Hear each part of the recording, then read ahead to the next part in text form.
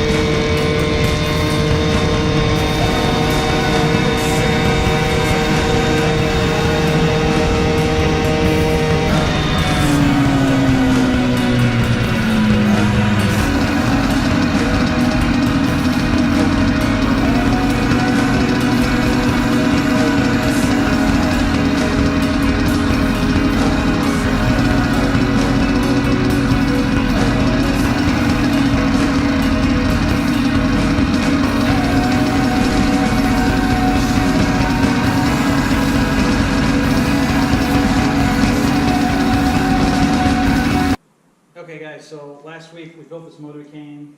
It's all tuned now. It's now running a 71 jet and a 1515 Shah. I am running that NOS the NOS variator that I put on. I could never get that stupid thing off to run the 2 balls and the 4 ball. So today we're going to be doing some things to it. I'm very happy with it so far. Head temps run about 360 if you hold it wide open for a couple miles. It's doing 40 on the dot. It's pretty responsive, but the low end's a little lacking, as we kind of know it would be with this 3-ball setup. And this pipe is extraordinarily loud.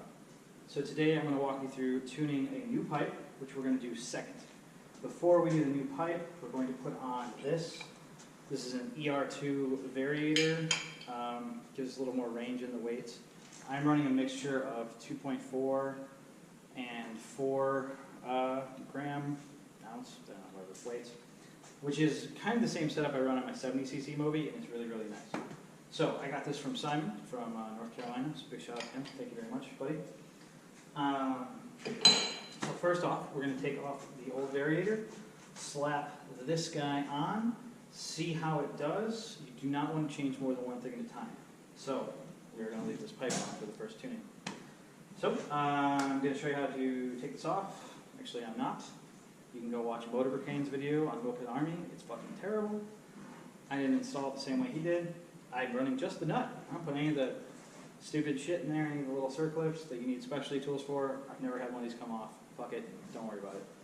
So take this one bolt off. This whole thing's going to come off. I'm going to slap this ER2 on. ER2 has clutch function, so no need for the clutch pulley. So we're just going to keep running our stock guy here. The other upgrade on the bike now, I guess you can call it an upgrade, is a Gates AX30 belt. When I built the bike last week, I was just using the stock belt. You can see it's a little worn out. It was pretty funny. The difference between this belt and this belt was about 5 miles an hour, because this thing is so thin. So don't forget to change your belt. It took me a while to track some of these down. So that's on there, and we're going to get to it. Boom. No problem. Alright, it's a little dark, but this bike is officially done. It's all tuned. I had to rejet a bit. I'm now at a 75, hitting 42 over the 40 with the previous pipe with much better acceleration all around. I'm pretty happy with it. Good job, Moby. What's up, y'all? We got a Derbi flat reed here that completely stock. Just put a big muff pipe on it. Get into the variator, take out half the weights, help with some bottom end and the top end. Also back here, you can see the stock, well, probably not. There's a stock, Hold on. Fuck that, Mo. There's some stock restrictions still in here. There's a metal shim in there, which is what they use to restrict the models to 25 or 30 miles an hour based on that shim. So just by taking that out, even the stock or the repair manual says 30 miles an hour plus. Just by removing that, the stock restriction in the intake and in the pipe. Because it allows the cheeks to come fully together, correct? Yep, allowing for more full variation in RPMs. So this nut to get the whole clutch assembly off. It's left hand's red, so opposite what you normally be doing.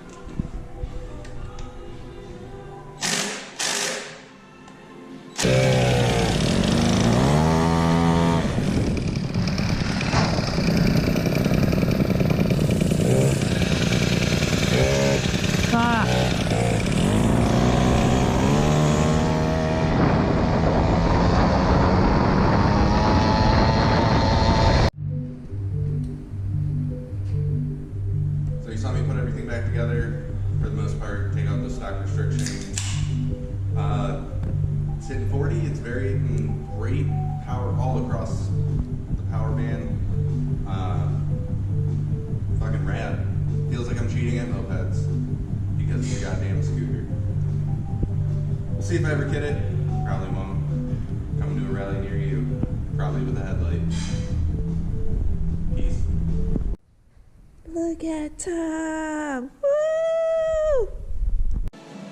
Alright guys, so today we are going to take the Vespa that we worked on in the very first video. video, we repacked the bearings, and I had a couple questions about that. Some people shot us some emails, and Dusty Ram in particular wanted me to go over a couple things real quick. So, in the first video, we redid the loose bearing wheels on this. Some people asked why we redid the loose bearings as opposed to switching to sealed bearings. And the reason we stuck with the loose bearings instead of switching to sealed bearings is because of this. There's no shimming, there's no spacing, there's no bullshit. The wheel spins perfectly. And the other issue, which Dusty was kind of pointing out, is that sealed bearings are designed to run on a flat surface. When you turn the bike and the bike turns sideways, it puts pressure the bearings are not designed to handle on the bearing. They tend to fail, not right away, not dramatically, whatever, but they're from China, they're always crappy, and they're going to fail. If you resurface your loose bearings, it will run forever. So that was the first thing from last week. And then today, we're going to be putting a 64cc Moby cylinder on here. This is Reno's bike. We're on Alexis's bike back here. We're going to be using the proper head, the top one, and we're not going to rebuild the motor. We're just going to leave it stock. We're going to drop it and go through all that fun stuff for you. We're also going to be using the 1212 shop because we are not going to be boring out the case today in any manner. Some people will like to throw 13 shafts on these right away, which doesn't make any sense because these are rotary inducted motors and the duration is predetermined by the diameter of the intake, which is 12 millimeters in some cases even smaller. So going to a 13 shot makes no sense because the intake isn't big enough to handle it. We're going around the 12 and it'll work really well. I fully expect this bike to be doing 40-45 miles an hour in like 3 hours. So we'll go from there. We'll walk you guys through every step. Alright, so we have dropped the motor. The most important thing to do when you're taking the motor off the Vespa, like any other motor, I told you this in the other video, take important parts apart. Keep them in the order they came off, write it down, do what they're going to do. Engine studs, everything together, because there's all these goofy little parts. This like half washer, this sets the tension on the motor, and if the belt is loose, the motor won't start, yada yada. So, motor is officially off the bike, as Reno has here. They disconnect pretty easily.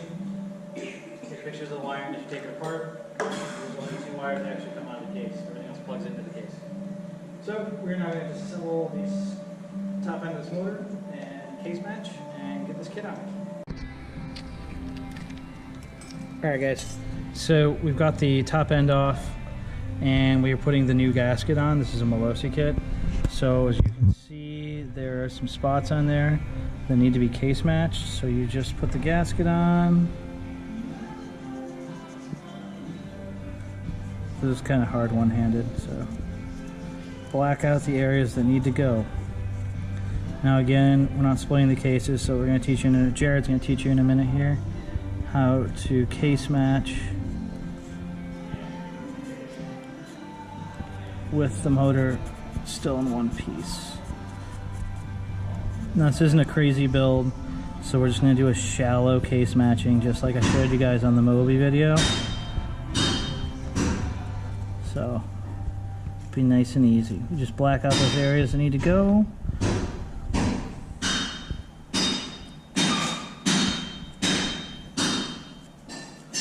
Make sure you can see them real well. Alright, next video Jared will show you how to case match. So when we're talking about deep for shallow case matching, if you're going for a real high RPM, you're going to want to really hog out the transfers and make the transfers go back deep into the case. If you're not going for that, you want shallow case matching because that helps turn the air over quicker, which helps the motor spin up quicker. It will result in more snap in your throttle, but ultimately less RPMs on the top end, which for a stock crank is perfectly fine. I guess I'll do one of these. Never done a Vespa before. So. Yeah, he definitely hasn't built 1,000 other bikes though. So. 5 to go? That's fine. That looks perfect for a nice shallow case match. I'll give you guys a close-up view of those later, but that is perfect. It's getting No, for that one. So we're gonna let Reno cut the other ones without too much pressure. So I'm gonna turn this off, and we'll get back to you when the motor is case matched. All right, case matching is done. As you can see, the gasket matches nicely over there. Cut those transfers in. We missed a tidbit in that corner, but fuck it. Who cares? Fuck it. Run it. Just gonna put the cylinder on now. Alright, so Jared just lubed this cylinder up. Before you put a cylinder on, make sure you... What was that, Meg? You always gotta lube it up real good. Because even when you kick it over that first time, it'll be dry for the first couple of spins. And you don't want any rings to catch or anything. Not want any dry spins. No dry spins. This is a Melosi kit, so it's made pretty well. We didn't camper these ports at all. They're fine. So piston is in there. Motor is case matched. Time to put it together. Okay, so we have a brand new Melosi head, but it does not have the decompression lever. So we need to take the decompression lever, this little guy, off the stock head. So that works. It just opens up a little channel into the cylinder when you're trying to start it. They're pretty simple to take off. You just take off this little pin here, cotter pin, pull it through, and the whole assembly comes apart. So we just put that guy back in. Sometimes it is necessary to lap this area, but you really have no idea of knowing until it's running. And if you have an air leak, then you need to lap it. But most of the time when you use the stock ones, it's not really an issue. All right, Reno is finishing up the wiring. The motor's back in the bike. God damn! Since we used our zip tie trick, we just put everything right back the way it was. Cylinder's on. The decompression lever's all hooked up. The only real problem we had with that, as you can see, this cable is shitty. And I don't feel like running a new one. So that's how that works for now. Zip ties, yay. After this, we're gonna put the pipe on, rejet the carburetor. I checked the tuning spreadsheet on Moped Army, and it varies between 72s and 78s for 1212 Shaws. So we're gonna run a 75 in here and see how it goes. We'll update you when it starts. All right, guys, so that's gonna do it from Toledo this week. We did not finish up the Vespa project just yet. I'm gonna have to make you guys wait for the next video for that. I didn't want to make this video go any longer than 20 minutes. So, this week we showed you how to tune a Moby. That was a project that we started in the prior video. We finished that. As per Dusty's request, we explained why loose bearings are much better than sealed bearings. Matt showed you how to take the restrictor out of a flat reed Derbi and explained the difference between those little variations they use to distinguish their speeds. And then we taught you guys how to case match and slap a Vespa together. So, next time you see us, that Vespa will be running. We'll be riding some more, and just like last time, send us your suggestions about what you'd like to see. If not, you'll just probably see us playing some of these bikes. Actually, this V1 right behind me, I'll probably be rebuilding next week. I've got a DR cylinder, some other little parts to play around with this, so we'll be doing a stockish build for a V1. I will probably also teach you how to re-gear a Tomos. It's Sarah, my wife's bike, has a 26 up front on her A3, and while it does wheelies, it does not have a lot of top end, so we're going to be putting a 28 tooth front sprocket on it, which requires a bit of grinding, so I'll show you how to do that too. So until then, that is all from Toledo this week.